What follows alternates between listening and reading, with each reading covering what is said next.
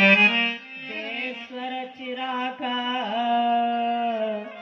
जो जस करे तसो फल चाखा।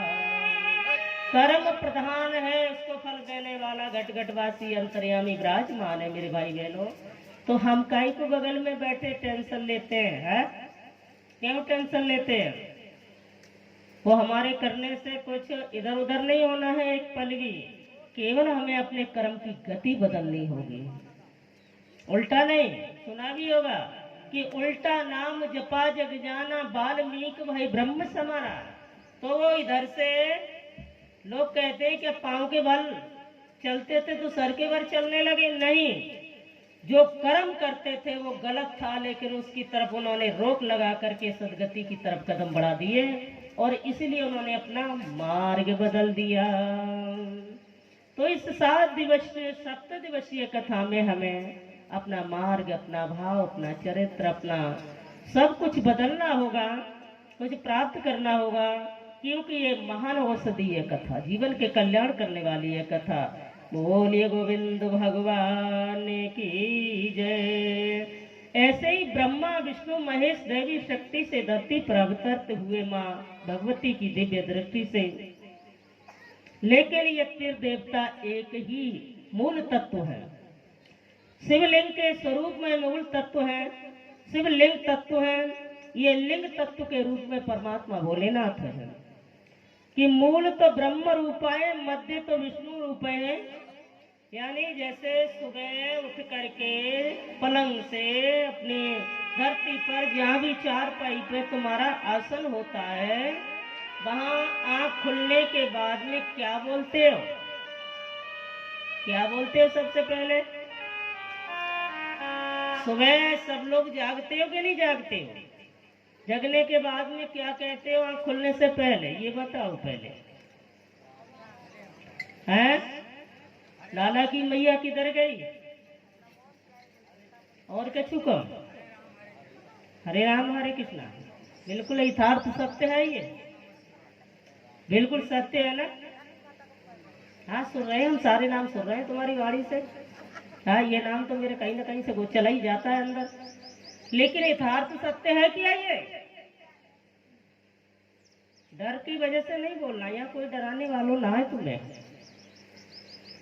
माताएं, देवियां, देवता सभी बैठे हैं। भाई बहने, ये बोलते क्या हो सुबह उठ करके? सूर्य नारायण से निकलने से पहले उठना चाहिए। ब्रह्म मुहूर्त में मैं मानती हूँ खेती का, पशुओं का काम आप उठ सकते हो। कितने बजे उठते हो मेरे भाई बहनों सुबह? है? जम के बोल दिया करो थोड़ा तेज। 5 बजे। अच्छी बात है। क्यों? 3, 4, 5 का ये ब्रह्म मुहूर्त होता है, और ब्रह्म मुहूर्त में जो लोग उठते हैं उन पर असीम कृपा होती है मेरे भोलेनाथ की। और सूर्य नारायण ऊपर आ जाए बोलते हैं तो उन पर और ज्यादा कृपा होती है भोले बाबा की। है? अब ज्यादा कृपा पानी है आपको कि कम पानी है? ज्यादा पानी है। हाँ, तो ब्रह्म मुहूर्त में उठना चाहिए, और उठने से पहले आंख खुलने से पहले भगवान को एक बार प्रणाम करो, क्योंकि रात्रि को हमारा शरीर शयन अवस्था में अचेत हो जाता है। अगर शयन के ऊपर कथा कहेंगे तो 2 दिन चले जाएंगे, इसलिए नहीं कहेंगे। इतना ही जाग जाओ जितने से काम चल जाए। तो उस समय हमारे वाणी से कुछ ऐसे शब्द नहीं निकलते हैं कुछ पल के लिए जो हम ज्यादा उल्टा सीधा झूठ कपट बोल पाए, और हमारी वाणी से प्रथम निकला हुआ शब्द जो ब्रह्म मुहूर्त में होता है मेरे भाई बहनों, वो एक औषधि बन जाता है, वो हमारे जीवन में लग जाता है। इसलिए सुबह उठो, चारपाई पे, पलंग पे, जमीन पे, जहाँ भी तुम्हारा बिस्तर सजा हो, सबसे पहले हाथ जोड़ो। उसके बाद आंखें खोलिए, अपनी हथेलियों के दर्शन कीजिए। किसके? हाथों के। और हाथों के दर्शन करते समय क्या बोलना है?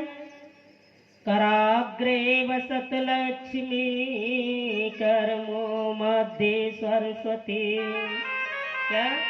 कराग्रे वसत लक्ष्मी कर्म मध्य सरस्वती कर मूले गोविंदा प्रभाते कर दर्शनम। उठते ही सबसे पहले इन हथेलियों के अंदर ही 33 कोटि देवता विराजमान है, ये जान लो। तो ज्यादा से प्रणाम मत करो, 3 से कर लो। भगवान नारायण, माता सरस्वती, लक्ष्मी, इनसे ही काम चल जाएगा। भगवान नारायण तुम्हारी मेरे तक कृपा बनी रहे, किसी का अहित न हो, किसी का बुरा भला न सोच पाऊं, किसी की टिप्पणी टीका न करूं और किसी को उल्टा सीधा न कहूं। और सरस्वती मैया से प्रार्थना करो, माँ तुम वाणी की पवित्र अधिष्ठात्री देवी हो, इसलिए मेरे श्रीमुख से किसी का दिल नहीं दुखना चाहिए सुबह से शाम तक। और माँ लक्ष्मी के बगैर तो कुछ ना होगा। तो आपको यही पढ़ाया जा रहा है। भगवान के दरबार में जाओगे, सबसे पहले दक्षिणा रख लो हाथ पर। क्यों कि आज खटपट हो सकती है, अकेले चल सकते हो, बैठ सकते हो, लेकिन भगवान नारायण की यज्ञ भगवान की पत्नी का नाम दक्षिणा देवी है, और बिना पत्नी के देवता कहीं 1 मिनट खड़े नहीं होते हैं कभी भी। और भोले बाबा तो यहाँ तक है कि वो तो उनका तो रोटेशन था शाम को पिकनिक मनाने का। 2 घंटे उन्होंने तो निश्चित कर रखे थे, चाहे घर में रोटी ना हो, आग धतूरा ना हो, फिल्म गांजा ना हो, यानी कुछ भी ना हो, लेकिन मैया पार्वती को लेकर के वो तो घूमने जाया करते थे। 2 घंटे फिक्स थे उनके, आज भी जाते हैं। इतना प्रेम। और इतना ही नहीं, आपने देखा होगा अर्धनारीश्वर कोई और नहीं, केवल भोले बाबा है। वही पार्वती है माता, आधे शरीर में प्रभु है। और यही मेरे भोले बाबा ने दर्शाया है कि धरती के प्राणियों, मेरा अंश तुम्हारे अंदर है, मैंने तुम्हें अपनी कृपा देकर के धरती पर भेजा है। और जिस प्रकार से हम आज सर्वस्व दान में दे दिया अपने भक्तों को, कुछ भी नहीं छोड़ा, और आप बसे वीराने में, कुछ भी नहीं छोड़ा खजाने में, और फिर भी हम बड़े मस्त रहते हैं। ऐसे तुम भी रहना सीख लीजिए।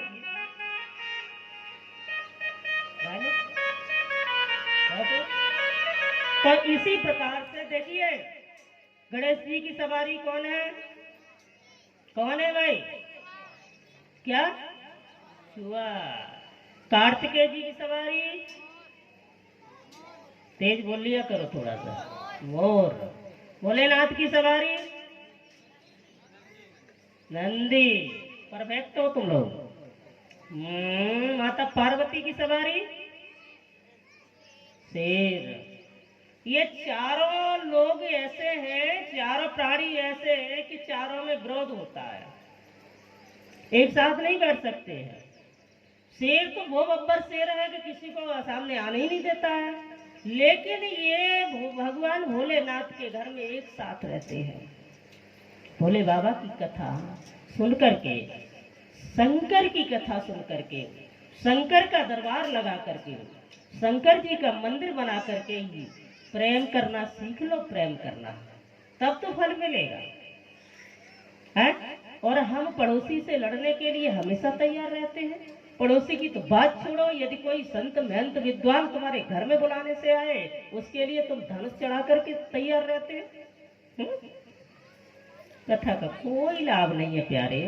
इसलिए भोले बाबा की तरह जो कोई कहे अच्छा बुरा भला, जैसा भी कथा के प्रति, वेश के प्रति, विवाह के प्रति, खान पान के प्रति, तो हाथ जोड़ करके उसे स्वीकार कर लो। और भोले बाबा ने जैसे जहर गले में रख लिया था, वैसे ही तुम भी गले में रख लो। अंदर मत जाने दो, अंदर जाएगी वो बुराई तो तुम्हें खटकेगी बार बार। और गली में भी कहीं मत कहो, क्योंकि वो अपना रास्ता तय कर लेगी, पूरे गांव का चक्कर लगाएगी, और उस बुराई के, उस कर्कशा बाणी के, उस आलोचना के फेर में एक नहीं 10, 20, 50 लोगों का संगठन बन जाएगा। और जब बन जाएगा तो तुम्हारा, मुझे लगता है, लक्ष्य भी छिड़ जाएगा। इसीलिए 7 दिवस तक कर नहीं कहा, कोई अच्छा कहे बुरा कहे जो भी कहे, ये तो होता चला आया है और होगा हमेशा। इसीलिए यज्ञ कर्म धर्म किया जाता है। उसको अपने हृदय में रख लो, अंदर मन जाने दो, बाहर भी मन छोड़ो, क्योंकि ज्ञानी पुरुष की परिभाषा यही है, भोले बाबा के भक्तों की परिभाषा यही है। मंदिर बनाया ये कोई बड़ी